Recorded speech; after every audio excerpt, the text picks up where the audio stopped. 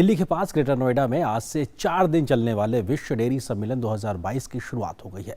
करीब 50 साल बाद भारत में हो रहे इस सम्मेलन का उद्घाटन प्रधानमंत्री नरेंद्र मोदी ने किया। पीएम मोदी ने दुनिया के सबसे बड़े दुग्ध उत्पादक देश के रूप में भारत के प्रयासों का जिक्र किया तो देश के सहकारिता संगठन को दुनिया के गरीब देशों के लिए एक नजीर भी बताया है। पीएम मोदी ने कहा कि भारत के डेयरी सेक्टर की पहचान मास प्रोडक्शन से ज्यादा प्रोडक्शन बाई मासेस की है, जिसकी सबसे बड़ी ताकत छोटे किसान और दुग्ध उत्पादक है।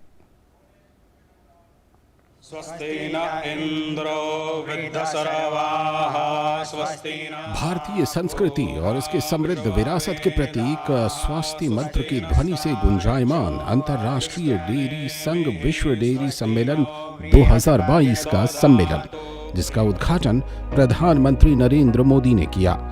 12 से 15 सितंबर तक आयोजित होने वाले इस सम्मेलन में दुनिया के और भारतीय डेयरी हितधारक हिस्सा ले रहे हैं, जिसमें उद्योग जगत के नेता, विशेषज्ञ, किसान और नीति निर्माता शामिल हैं। ये सम्मेलन पोषण और आजीविका के लिए डेयरी विषय पर केंद्रित है। पीएम मोदी ने देश में डेयरी क्षेत्र की असली ताकत छोटे किसानों को बताया। साथ ही उन्होंने इस क्षेत्र में सहकारिता के जरिए किए गए बदलाव का भी जिक्र किया। आज भारत में डेयरी कोऑपरेटिव का एक ऐसा विशाल नेटवर्क है जिसकी मिसाल पूरी दुनिया में मिलना मुश्किल है।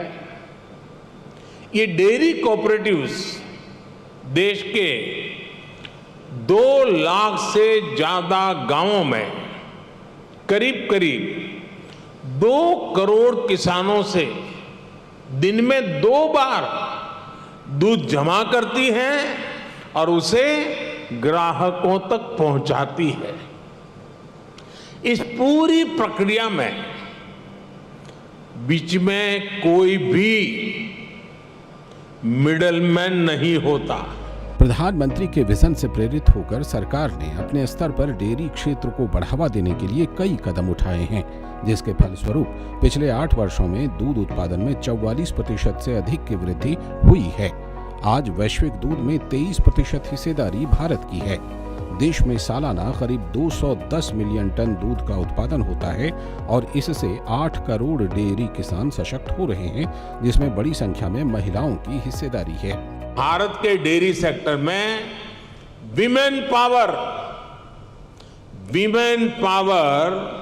70% वर्कफोर्स का प्रतिनिधित्व करती है। भारत के डेयरी सेक्टर की असली कर्णधार विमेन्स हैं, महिलाएं हैं। इतना ही नहीं, भारत के डेयरी कोऑपरेटिव्स में भी 1/3 से ज्यादा सदस्य महिलाएं ही हैं।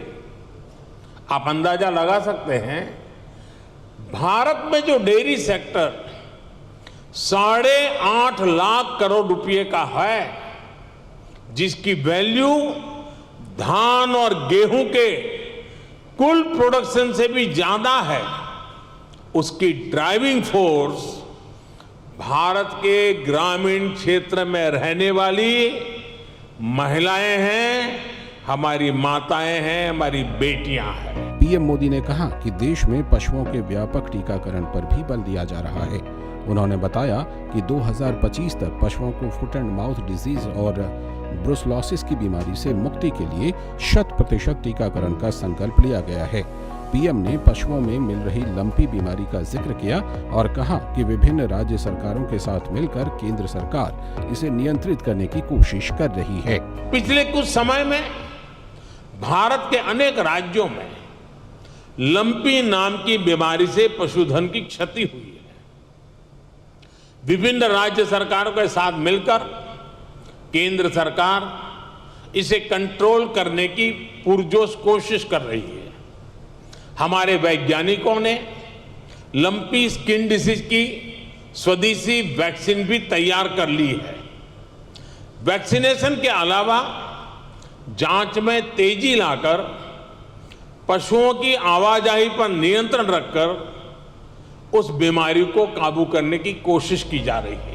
इससे पहले पीएम मोदी ने ग्रेटर नोएडा के India expo centre and mart में लगी प्रदर्शनी का जायजा लिया, जिसमें दूध उत्पादन और इससे जुड़ी विभिन्न प्रौद्योगिकियों को प्रदर्शित किया गया था। इस मौके पर उत्तर प्रदेश के मुख्यमंत्री योगी आदित्यनाथ और मत्स्य पालन, पशुपालन और डेयरी मंत्री परषोत्तम रुपाला भी मौजूद रहे।